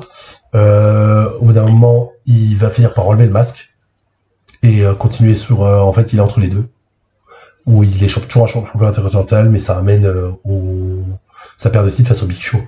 Où le Big Show lui reprend le titre et que derrière il le repère en perdant, en mettant son pied sur la table. Je sais pas si tu te souviens. Ah, le Big Show il tombe et c'est un match en table et il casse la table. Il casse la table juste avec son pied. Je me rappelle, je l'ai vu il y a pas longtemps. Voilà, et en fait, mais par contre, on fait perdre Cody à Mania face au Big Show, donc du coup on le cache. En fait, à chaque fois qu'on pense qu'il va être upper mid-card, en fait on le rebaisse. Le match qu'il doit gagner pour justement passer le palier, on le rebaisse. Donc quand il est champion intercontinental, il affronte même Randy Orton de nouveau, où là maintenant il commence à être établi, on se dit qu'il va enfin battre Orton, il perd. Il affronte Christian, il perd. Il affronte Big Show, il perd. Et en fait, on ne veut pas l'envoyer plus haut. Quoi. Toutes les fois où il... Alors que vraiment, il est pertinent, mais vraiment, c'est l'un des meilleurs mid-carders vraiment à ce moment-là. Derrière, petit truc comique, on le met en équipe avec Damien Sandow, il a la moustache. Où c'était vraiment pourri. Ouais. Mais il a pas mis un moustache. Il a réussi à mettre over une moustache quand même. C'est ça. Parce qu'il le joue bien. Où il avait le petit peigne et tout ça, quoi. Il devient même champion avec Drew McIntyre. Ok. Vraiment les deux, et quand on dit que ce qu'ils sont devenus après, c'est un peu bizarre qu'ils aient été un petit champion par équipe, un petit run. Donc c'est vraiment un des heel mid-card marquants de toute cette époque-là. Et ce qu'il a quand même sauvé, même si il va quand même partir au bout d'un moment, c'est le Brotherhood. Ouais. Face au Shield, où ça c'était vraiment les matchs étaient excellents. Les matchs étaient excellents, tout était excellent, le booking, parce qu'en fait il devient un peu anti-autorité.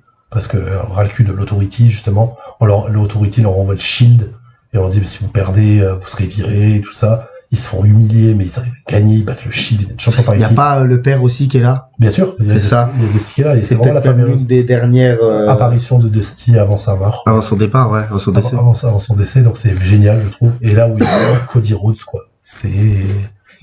C'était top. Et après, il y a la catastrophe. Ça, j'aime pas.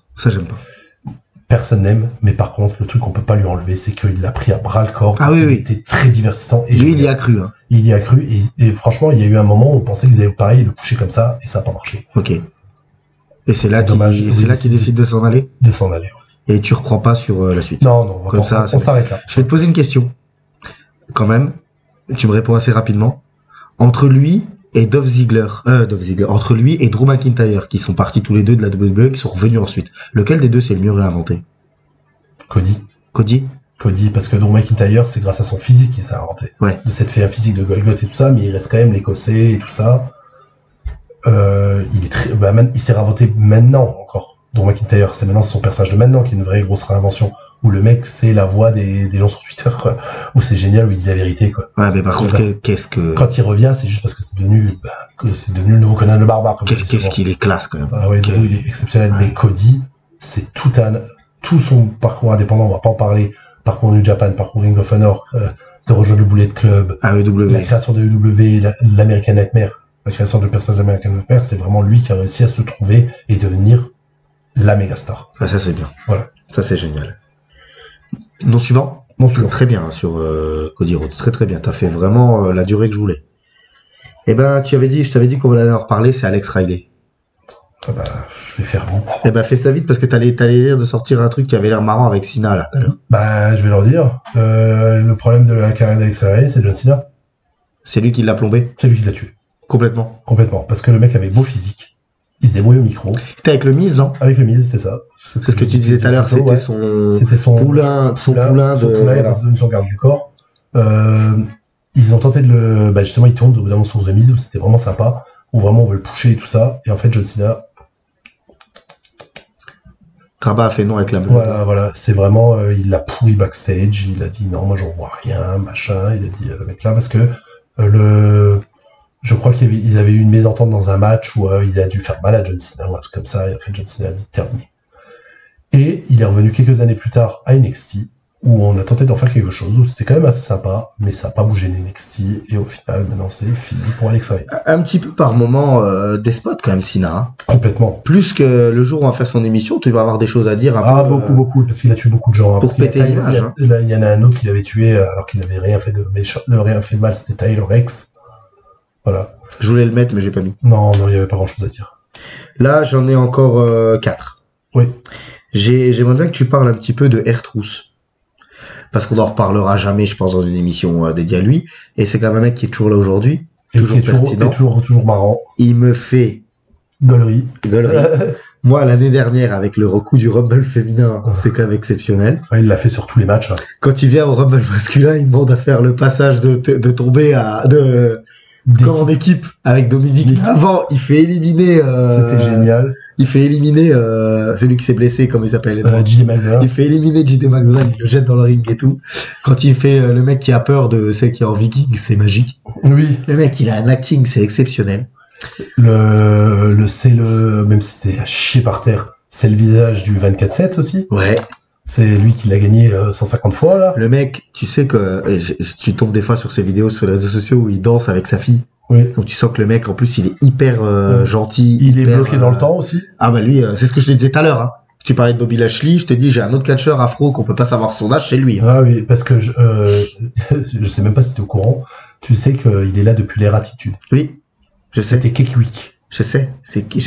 Et il est même sur la jaquette du DVD de WrestleMania 23 alors qu'il y est pas. Ouais, il est sur la jaquette. Et il a eu un petit run TNA sympa aussi. Et en fait, vraiment, moi j'ai beaucoup aimé quand on a introduit son personnage un peu de rappeur en chantant pendant son What's Up, c'était bien. C'était top. Il a eu plein de réinventions. Quand il tourne heel, même si c'est l'un des pires pay-per-view de l'histoire de la WWE, Capital Punishment, où il est face à John Cena, qui va emmener le Lil Jimmy, que de base, c'était pour se foutre de sa gueule. Parce qu'en fait, le mec, on a tenté de le mettre en main event, ça marchait pas, on s'est foutu de sa gueule, on a dit qu'il parlait à un ami imaginaire, et le gars a réussi à le rendre pertinent. Ouais. Et a réussi à faire vendre des produits dérivés par rapport à ça avec son ami. Il est fort pour... Il est vraiment fort, il accepte tout. C'est, je pense, l'un des meilleurs soldats de WWE. Parce que lui, on peut tout lui demander, il va le faire. Mais il va bien le faire. Voilà. Il va le faire bien. J'ai adoré Awesome Truth. Ouais. Parce que j'en ai pas parlé avec le Miz, mais Awesome Truth, j'ai adoré, où les deux ont quand même été face à The Rock et John Cena. Oui. Et on leur a mis sur la gueule à eux que le pay-per-view n'était pas voilà, alors que c'était pas spécialement de leur faute. Quand ils se mettent un peu anti-autorité aussi, quand ils gâchent un Nelly Nussel face à avec CM Punk et John Cena, ou Triple H veut même les virer, où ils sont un peu anti-autorité. J'ai beaucoup aimé, il était pertinent, je trouve. Parce qu'il a réussi à avoir un run de heel sympa quand même, mine de rien. On est à quoi? On est à 25-30 ans de carrière? Ouais, facile. Pas loin. C'est incroyable. C'est incroyable. Et derrière, il est devenu le visage des segments comiques de la WWE. Et puis il le fait bien. Il prend ça fun avec le Judgment Day, ouais, comme t'as dit, tous les segments de Judgment Day où on les voit, Rhea Ripley et Damien Priest, ils se montent champion, ils se montent champion et que lui, il se met au milieu et qu'il monte son titre à lui. Moi, il est, franchement, respect sur ce mec-là parce qu'il arrive à avoir autant de longévité en étant comique, quoi. Bah, le truc, c'est que je sais que quand je regarde un petit peu les meilleurs moments de Raw, j'aime toujours voir le petit segment avec R-Truth parce que je sais que tu vas rigoler. Ouais, c'est ça. Il va te faire marrer. Et c'est cool. Après, en termes de catcheur, il y a peut-être pas non plus énormément de choses à dire, entre guillemets, en termes de talent. Quand il était plus jeune, maintenant il est un peu plus vieux. Maintenant il a passé les 50 ans, donc forcément. Mais c'est un très bon catcheur, par contre. Il faisait, c'est lui qui a repopularisé le scissor kick, la Booker T, le faisait aussi bien que lui, top. Et j'aimais bien sa tornillo, là. Son coup, il tapait, qui tournait dans les airs, le bélier où il tournait dans les airs vraiment très bien. C'est un physique de ouf aussi. Ouais, beau physique. Qu'il a toujours. Hein, mais le fait qu'il ait souvent une veste et, enfin non, il a très souvent torse nu. C'est vrai qu'il est. Maintenant, il a souvent une veste. Ouais, parce que ou un t-shirt. Comme on dit, 53 ans. Voilà, mais c'est quand même un visage d'une carte très très marquant. Lui, je l'invite au barbecue. Ah oui, carrément. Et comme on a dit, il a eu plusieurs inventions. Alors quand on voit son personnage, on se dit il va pas avoir grand chose à raconter. Il a toujours eu quelque chose à raconter. Et moi, je vais finir sur lui avec ça. Il fait du rap. C'est Ron Killings. Oui, c'est son vrai nom. Voilà. Et ben, c'est pas dégueulasse. C'est pas, on est d'accord, c'est pas, mais je veux dire, on a eu Clara Morgan qui a été chanteur, on a eu Tony Parker qui a fait du rap, je veux dire, c'est pas pire que ces gens-là, quoi. Loin de là, je pense. Nettement moins de là. En plus, de toute façon, c'est un vrai chanteur, hein. Voilà, oui. Et justement, petit fun fact, justement, sur son entrée où il chantait, il était terrifié à chaque fois. Ouais. De se planter. Ouais. De se planter dans les paroles et tout ça. Mais le WhatsApp, les gens le kiffaient. Ah bah oui, c'était top, hein. Non, je suis content parce que lui, je voulais en parler au moins une fois dans une émission. Ah bah et surtout que c'est l'un des gros mythes de la génération interne. Ah bah là, lui, j'ai bien tombé. Bon, dans l'ensemble, ça va, mais non, t'es plus ou moins. Je t'ai mis des pas pertinents, je t'ai mis des un peu plus pertinents. Comme ça, j'ai mis tout parce que si je te mets que des pertinents, l'émission elle fait 8 heures. Oui, on peut pas. Et puis j'ai un boulot à reprendre dans une semaine. Ouais. Parce qu'avec toi, l'émission dure une semaine. Encore 3. Il y en a un que je garde pour la fin. Zack Ryder. Ah bah lui, il y a beaucoup de choses à dire. Bah, j'écoute bien. Et c'est quelqu'un, encore, je vais dire le postulat tout de suite, lui aussi, son départ de la WWE a fait, je pense que c'est l'un des visages les plus marquants du circuit indépendant actuel. Moi, quand il est c'est lui qui gagne le titre avec son père et tout. Ah, c'était de la merde, ça, Intercontinental? À WrestleMania et qu'il le perd le lendemain. Ouais, bah, mais quand il gagne le titre, super moment. C'était top. Ouais, mais le problème, c'est qu'il le perd derrière. Donc ça c'est n'importe quoi. Mais il avait dit que ça l'avait pas dérangé. Ouais. Il s'y attendait. Je sais, moi j'avais entendu dire que c'était un gars, il s'attendait à ça. Il savait qu'il allait gagner le titre. Et ce qu'il voulait, c'était que son père le voit avec un. C'est cool de lui avoir donné un feel good moment, voilà. Mais bon, ils auraient dû en vraiment faire parce qu'il a jamais pareil. En fait, c'est un peu comme on en avait parlé, je sais pas, de Dolph Ziggler, des trucs comme ça. En fait, c'est des mecs qui auraient pu tellement être plus haut parce que les gens le voulaient, mais en fait, la WWE le voulait pas. Lui, c'était la musique qui commençait par Oh Radio. Ouais, Radio. Dis-moi tout ce que tu sais. Comme je ne fais pas en anglais parce que. Il a un moment aussi, il est dans une rivalité où il y a Cena où il se fait péter la tronche. C'est avec Kane, on a parlé de la vidéo de Kane. Et on pense que Cena va tourner heel. Oui, mais c'est avec va péter un câble. C'était bien ça quand même. C'était bien, mais même au début, c'est un Edgehead. Il se réinvente, il a son personnage qui est créé à la ECW WWE, où pareil, ils veulent pas le pousser. Alors que même, je crois qu'il a une fois un pin sur Christian qui est champion. Donc vraiment très bon. In-ring, il est super fort. Il est vraiment très très bon. Son personnage commence à marcher. On l'envoie à Raw, à SmackDown.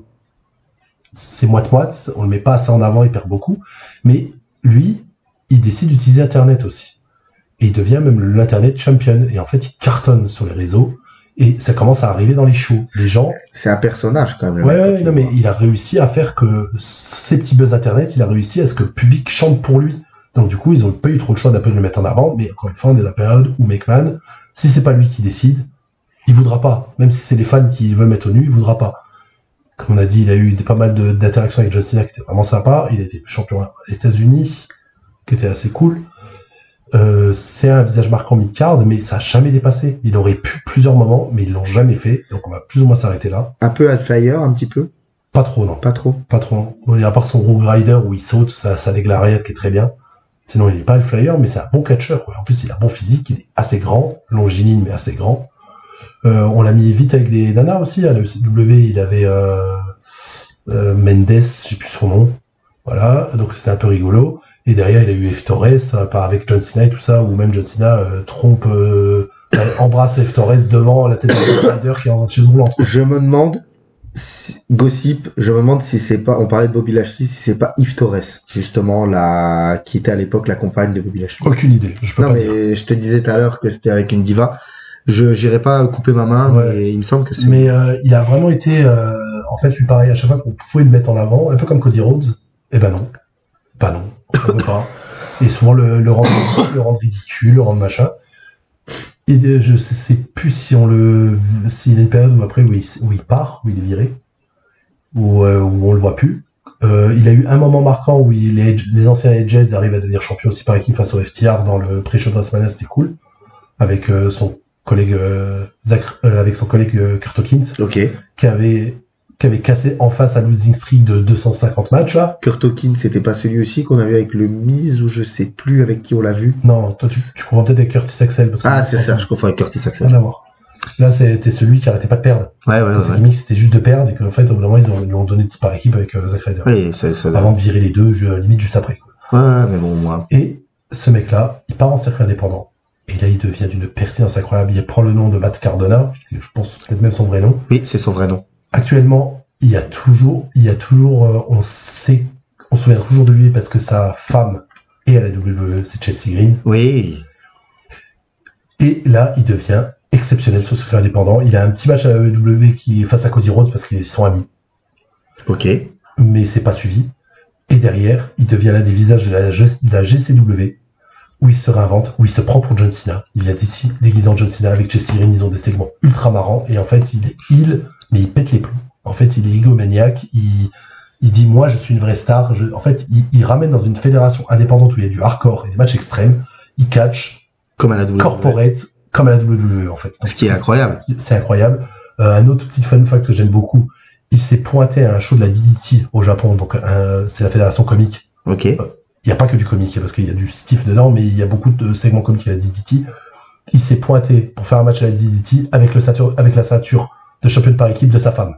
Ah oui, d'accord. Donc il est venu avec la ceinture WWE féminine à la DDT de Chelsea Green. C'est excellent. C'est excellent. Et en fait, le mec buzz complet sur le circuit indépendant. Il s'éclate. Ouais, il vit sa meilleure vie. Il vit sa meilleure vie. Je pense qu'il reviendra. Je pense qu'un jour, il fera un petit dernier run parce que sa femme est là et qu'il y a moyen de faire quelque chose de très cool. Et quand je dis visage marquant, c'était de la nouvelle ère qu'on pensait qu'elle allait durer et qui n'a pas été. Il y a une photo exceptionnelle qu'il faut retrouver. Que tout le monde a déjà vu, je pensais d'aller la voir. Où le champion de la WWE, c'est CM Punk. Le champion du monde poids lourd, c'est Daniel Bryan. Le champion intercontinental, c'est Kofi Kingston. Le champion des États-Unis, c'est Zack Ryder.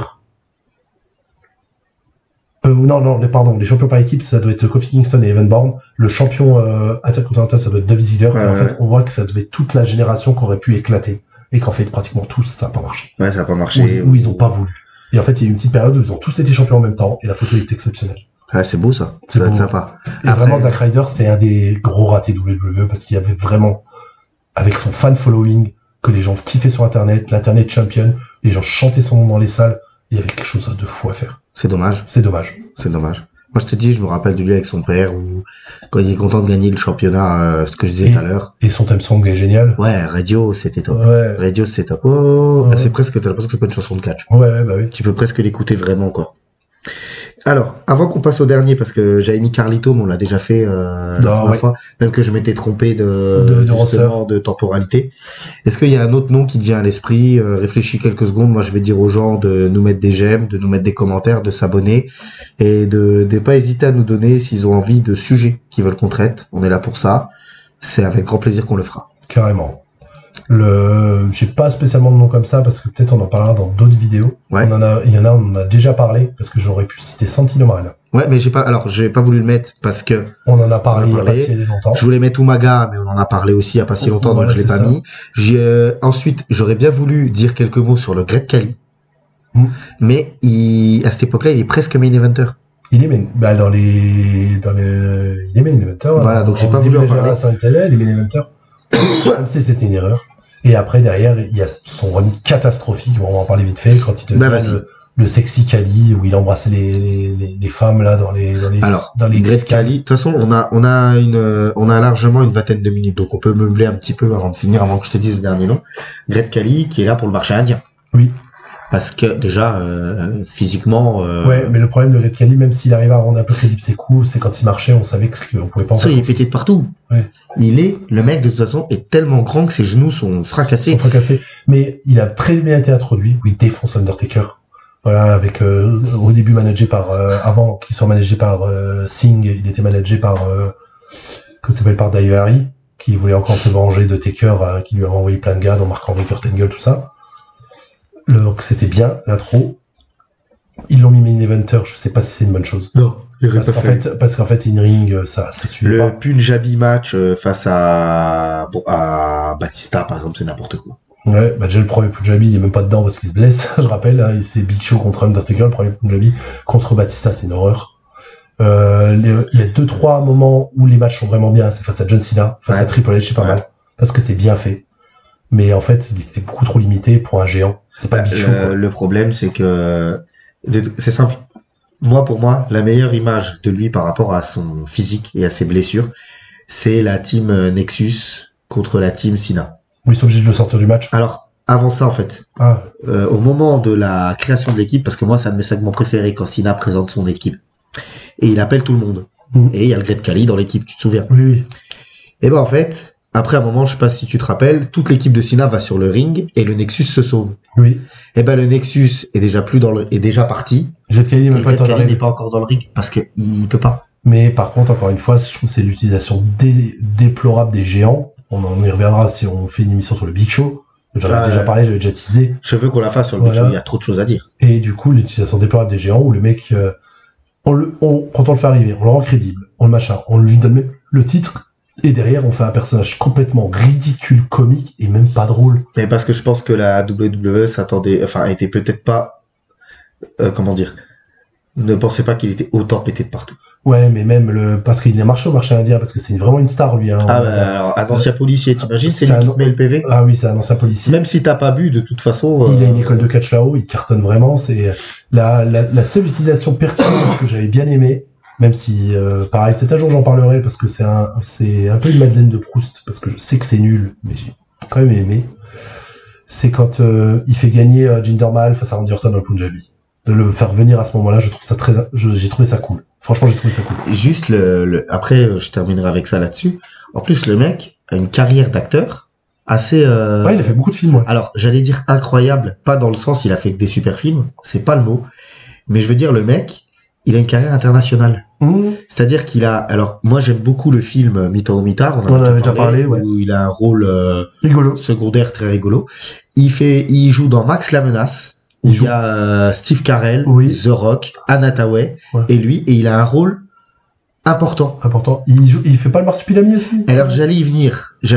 Il fait le marsupilami. Alors je n'ai jamais vu ce film. Je compte pas voir. Et je le verrai jamais. Voilà, c'est des films qui ne m'intéressent pas. Après chacun est libre de faire ce qu'il veut. C'est pas du tout. Je suis pas en train de juger. C'est juste que le mec te dire que un Indien connu en Amérique est venu jouer dans des films en France. Oui. Et ça, c'est un truc, je me suis dit, ouais, le mec, en fait, il a été appelé de partout pour faire des films. Au niveau du mainstream, il a vraiment marché en même temps. Voilà. Avec une gueule comme la sienne, un physique comme le sien, forcément, ça marque. Mais c'est-à-dire que le mec, voilà, et ça, je trouve c'est cool que le mec, il a, grâce à son physique, grâce au catch et grâce à tout, il a fait plein de films, il a fait plein de choses dans le monde entier et ça, c'est cool. C'est clair. Et surtout, je crois que c'est un vrai gentil. En Inde. Ouais, c'est ça. Il a eu 2-3 problèmes backstage, mais on en parlera dans la vidéo sur le Big Show. Je n'en parle pas maintenant. Ok. Alors, je te propose de donner le dernier nom. Oui. C'est un nom qui nous a marqué parce que pour moi, c'est l'un des plus gros ratés de la WWE. Mr. Kennedy. Alors lui, ouais, c'est vraiment un gros raté. Et on va commencer par ça. Parce qu'il a 2 problèmes. Alors attendez, je vais mourir de mon côté, je te laisse. Voilà, parce que ce mec-là, il a eu 2 problèmes durant toute sa carrière. Et il y a pas un problème, il s'appelle pas Randy Orton. On en parlera. D'accord. Mais je vais te dire déjà, il y a 2 problèmes personnels dans sa vie, ou dans sa carrière carrément. Il est fragile. Souvent, on faisait la blague, souviens-toi, l'homme en porcelaine. Ouais. Et son autre problème, c'est son addiction à la Vicodine. Ah, tu vois, j'avais pas au courant de ça. Parce que c'est un des mecs les plus connus en addiction à la Vicodine avec Kurt Angle. D'accord. La Vicodine, c'est un antidouleur. Ok. Et qui est considéré comme une drogue, même à plusieurs états, plusieurs trucs comme ça. Et en fait, lui, il était ultra accro à la Vicodine. Dans le début de sa carrière, il s'est beaucoup trop donné. Et il devait pas avoir, je pense, l'entraînement assez... Pourtant, il avait le physique et tout, hein. Mais je pense qu'il n'avait pas l'entraînement suffisant pour ne pas se blesser. Et en fait, comme il se blessait très souvent, il est très vite tombé dans les pilules. D'accord. Et ça lui a détruit pas mal de choses. C'est dommage. Donc, au micro, il est exceptionnel. Ouais. Franchement, c'était un mec qu'on pouvait pousser. Son entrée et tout, quand il se présentait, c'était bien fait. Où il faisait des sortes de micro comme Howard Finkel à l'époque du Madison Square Garden. Donc, j'ai adoré dans ses premiers matchs, où il faisait présentation. À chaque fois, il disait que son poids grossissait. Il changeait son poids pour dire qu'il était plus massif. Qui vient de Green Bay, Wisconsin. Je peux pas le faire, j'ai pas de voix. Voilà. Mister. Et que, à chaque fois que le Tony Chimel voulait faire sa présentation, il fait casse-toi.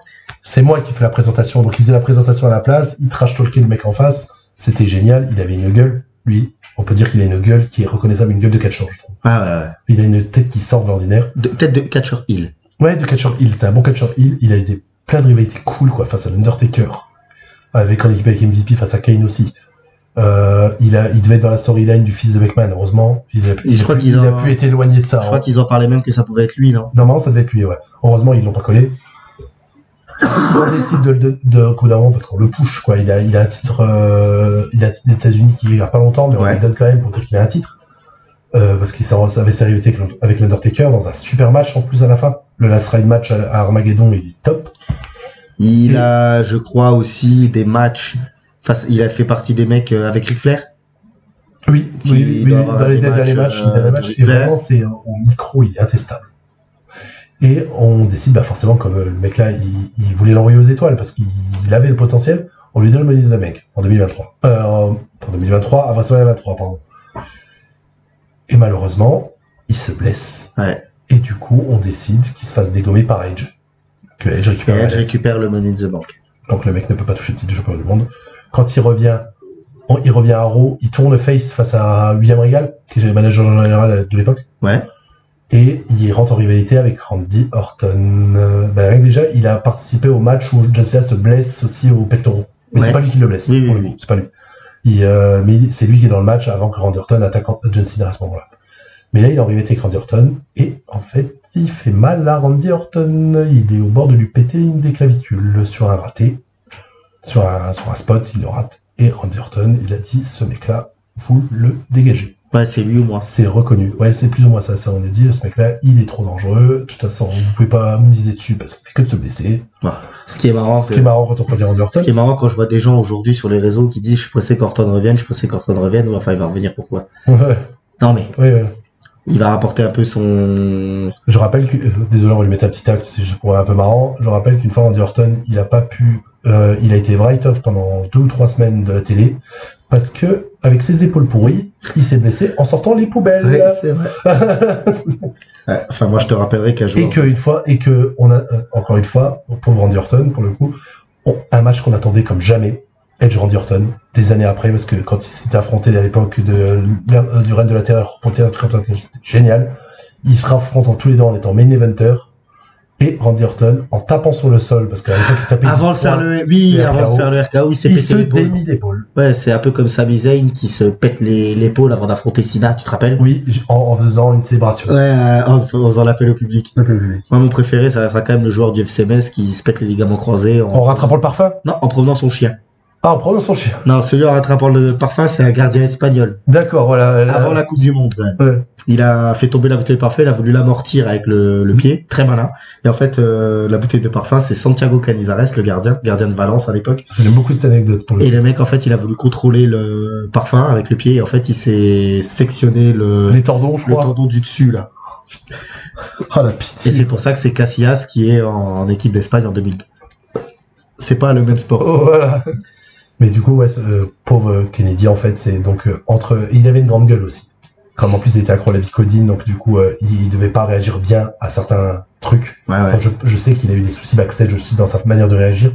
Et le fait qu'il s'est mis dans le nez, que Randy Orton l'a eu dans le nez, c'était foutu pour lui. Ouais. Et que la WWE, on dit, il dégage. Et en fait, il a essayé de se soigner, mais vraiment, il le dit maintenant dans les interviews, ça lui a détruit sa carrière, l'addiction à la Vicodine. Ça a détruit sa carrière. Parce qu'il a eu un run TNA vraiment sympa. Alors, il s'appelait comment? Mr. Anderson. Voilà, c'est ça. Mais c'est la même gimmick, par contre. Oui, c'est tout pareil, sauf qu'à la place de Mère Anderson. Voilà.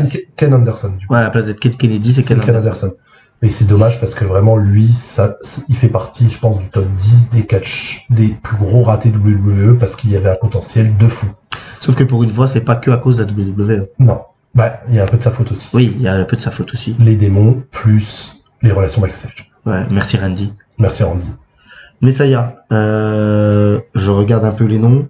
Tu m'as dit que t'avais pas d'autres noms à citer. Non, parce que peut-être on s'en regarde sous le coude pour une autre émission. Oui, de toute façon là, je pense que je continuerai après les Royal Rumble ou peut-être je regarderai vraiment les rosters pour te trouver des noms pertinents. Après là, ce que je voulais faire, je voulais pas prendre que des noms super pertinents parce que je t'ai dit je voulais arriver à 1h. Là, on est à 1h30. C'est parfait. C'est très bien parce que on peut pas toujours faire que des grosses émissions et là c'est très bien comme ça. Surtout que ça c'est des émissions pour nous qui sont un peu plus tranquilles à faire. Un peu plus facile, ouais. On utilise juste ta mémoire finalement. C'est ça. Voilà. Désolé pour les approximations comme d'habitude. Ouais, pas de souci. Désolé aussi si j'ai dit 2 fois le même nom avec Viscera, mais bon, je peux pas penser à tout. Les amis, je vous remercie beaucoup. On n'oublie pas le petit clic. Je vous dis abonnez-vous. Je vous dis à très bientôt et merci Messiah. Je te remercie à toi aussi. Ciao ciao. Salut.